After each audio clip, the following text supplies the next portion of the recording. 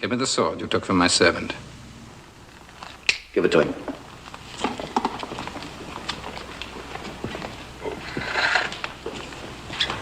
This is why I came back to Egypt. Draw your sword. Stand back.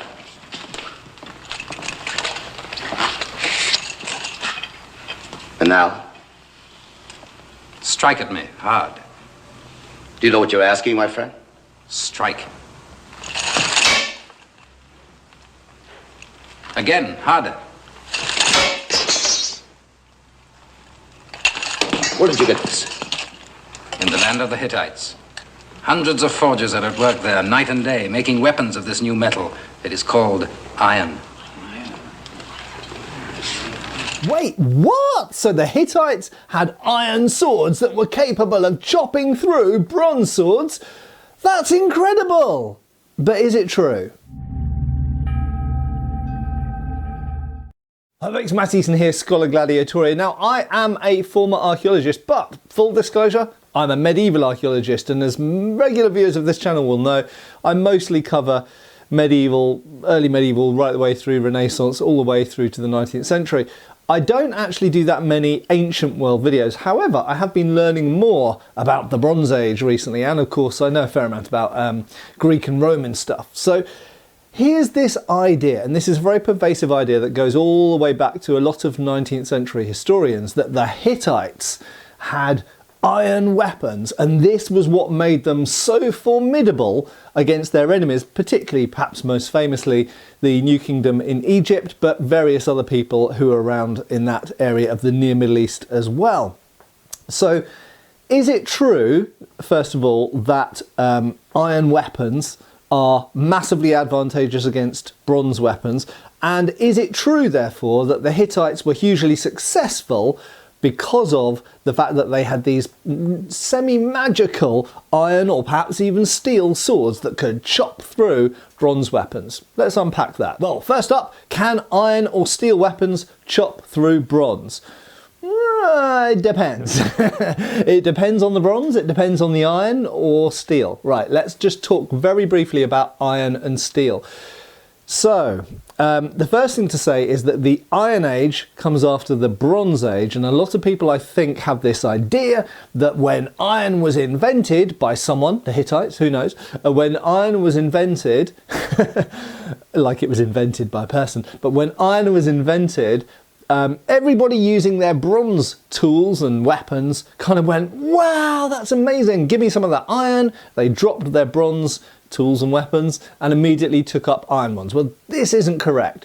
The first thing to state is that people in the Bronze Age knew about iron, okay? So there are two main sources for iron in nature. One of those is it's on the ground, it's in the ground, okay? It's in iron ore. So literally you can pluck it off the surface of the ground or you can dig for it.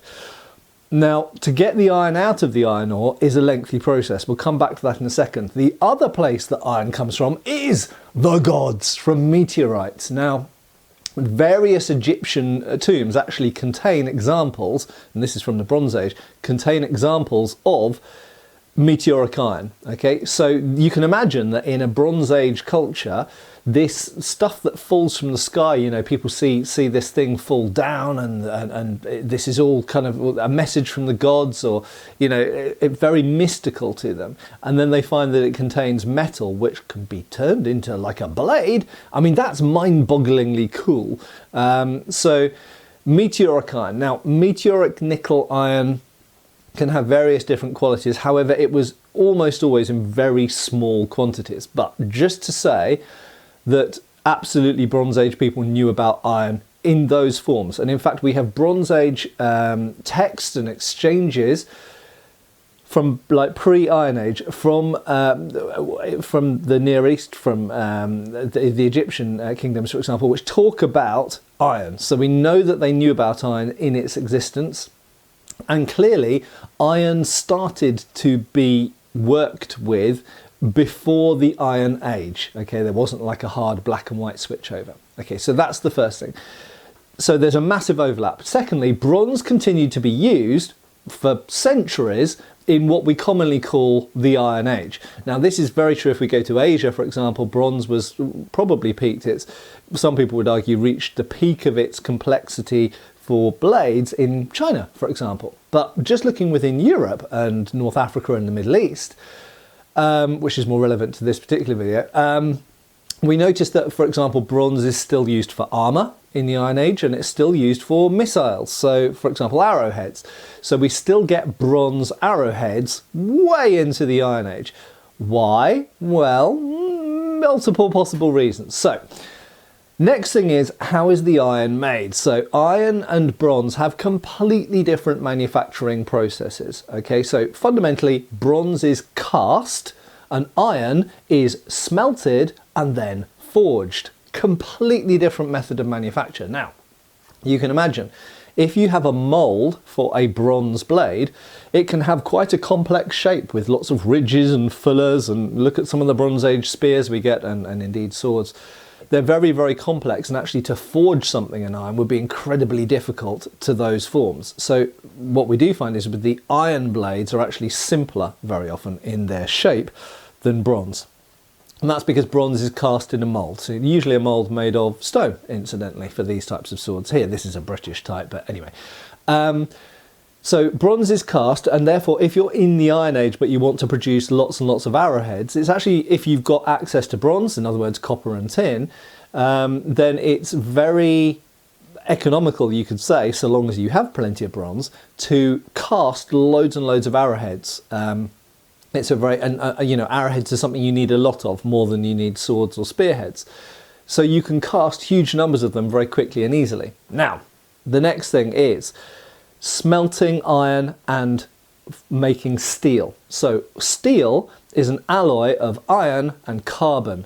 Now, when you smelt, when you get iron out of iron ore, there's quite a long process to get iron that is pure enough that you can make iron weapons out of. You can end up with iron that is either very soft, wrought iron, or you can end up with a lot of inclusions and slag in it, and it will be very brittle and easy to break. So actually the kind of refining process and then adding carbon to it is a somewhat, it's widely thought to be a somewhat later thing, whereby iron weapons gradually increase in quality, and then we get the first proto-steels with a little bit of carbon in them. Did the Hittites have iron swords or steel swords? As far as I have seen, and I would welcome any input from people who specialise more in this period, or archaeologists out there who've analysed this precisely, as far as I've seen, they were using iron. They hadn't yet worked out steel.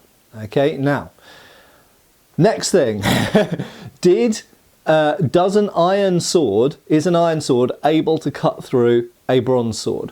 It depends. As I said, it depends on the type of bronze and the type of iron. So fundamentally, how do you make a bronze sword harder? Well, bronze is an alloy, primarily of copper and tin. However, the reality is that these bronze swords also contain other elements. For example, lead. It is thought that lead is put into the alloy because it makes it flow better in the mould. And when you've got a very long, thin stone mould, being able to actually cast a long blade is very, very difficult. And if you add a little bit of lead to it, I have heard, my friend Neil Burridge and other people, if I remember correctly, it can assist with that. So you might end up actually with not the hardest bronze in the world, but you are able to make it. And clearly, if you're not able to make it, it doesn't matter how hard the bronze is, because you're not able to make it. So, firstly, you've got questions of the alloy. What exactly is in the alloy, and what is the balance of copper versus tin? And you can either get harder blades or you can get softer blades, but you can also get tougher blades or more brittle blades. It's no good at being super hard if it's also super brittle. That's just the metal. The next issue that comes in is work hardening. Now, work hardening involves the compression or hammering of the edge to form the edges, and that makes the edge harder. It's a bit like differential hardening with like a Japanese blade, for example.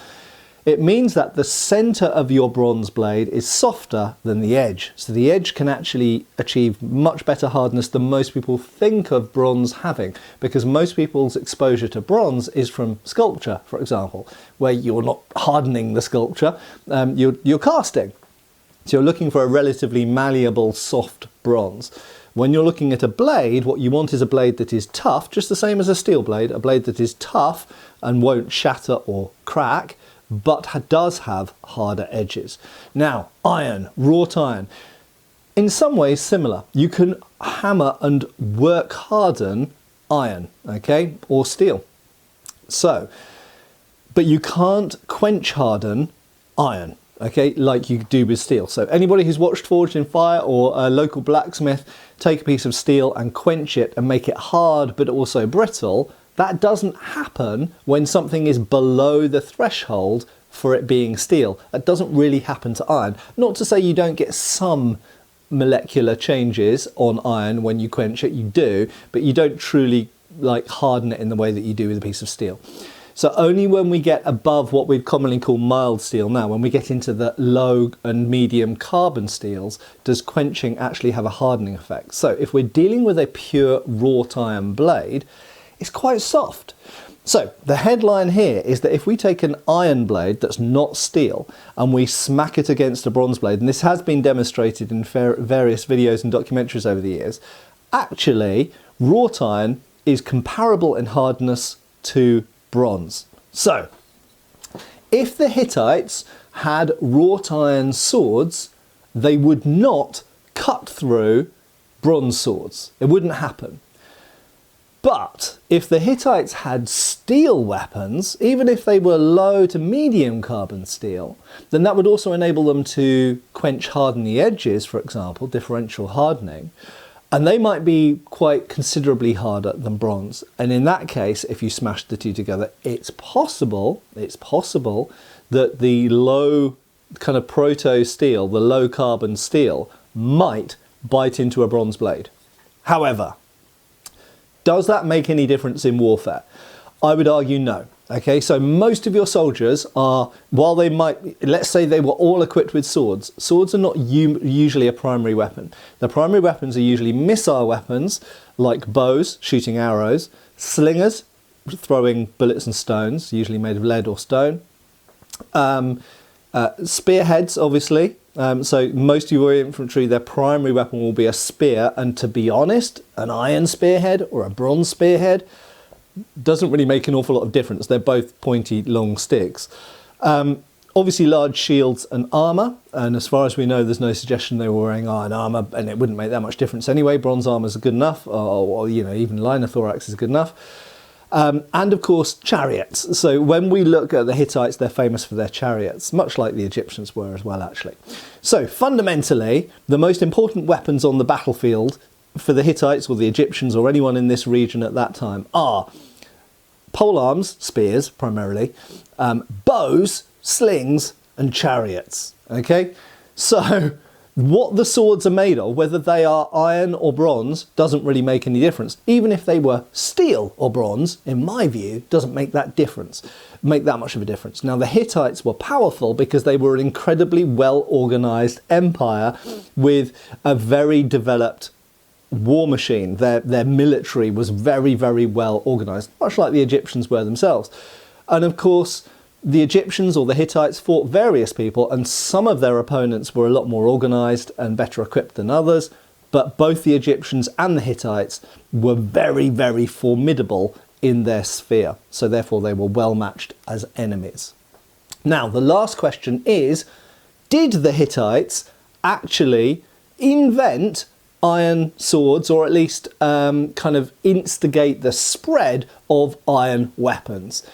Well, the jury's out on this one. I've done some reading today, and I learnt a lot, and I'm not going to go into any great depth on it because I'm just going to summarise, as far as I can tell, the jury is out. So there is some evidence that the Hittites were particularly well developed in the production of iron. Okay, so it seems like this might be conflated and confused with the idea that they dominated because of their iron weapons, which I don't think is the case. But it does seem that the Hittites were particularly developed in the early stages of mass iron production, and possibly, some people surmise, possibly early experiments with steel. Okay, now, there's something called the Bronze Age collapse. Now, we see a lot of empires falling and a lot of new empires rising up after the Bronze Age collapse.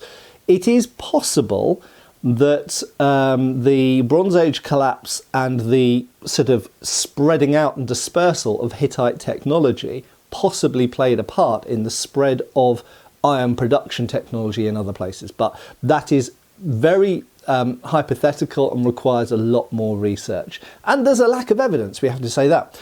But one of the elephants in the room and one of the major problems with this whole issue is that there isn't really any hard and fast concrete evidence for industrial processes of iron production found within what the area that is now was the Hittite Empire. So that's one problem. There's a lack of evidence. We do have Hittite weapons made of iron, but we also have bronze weapons from the Hittite Empire. But even more frustratingly and confusingly, it's not like we have iron swords from the Hittite Empire and only bronze weapons from Egypt or anywhere else. We actually find iron weapons in other neighbouring and rival kingdoms and empires. So it seems like if we just look at the archaeological data, we find as many early iron weapons in other places as we do in what was the Hittite Empire. So we need more evidence, and there are rival, just like every aspect of history and archaeology, there are rival camps and rival thoughts. I haven't particularly pitched myself to any team for the purposes of this, because I don't consider myself well informed enough on this topic. But it is a fascinating topic. So there we go. In summary, do iron swords chop through bronze swords? No, not really. Definitely not if they're wrought iron. If they're low to medium carbon steel and they've been heat treated, possibly they can bite into bronze better. However, remember that bronze can also be very hard and can be hardened. It can be laminated, it can be work hardened, all sorts of interesting things you can do with bronze. And overall, I don't think that just the possession of some iron swords or even some steel swords would make that much difference on the battlefield. Because at the end of the day, this can still chop, this can still stab. You can do all the same things with this as you can do with the steel version.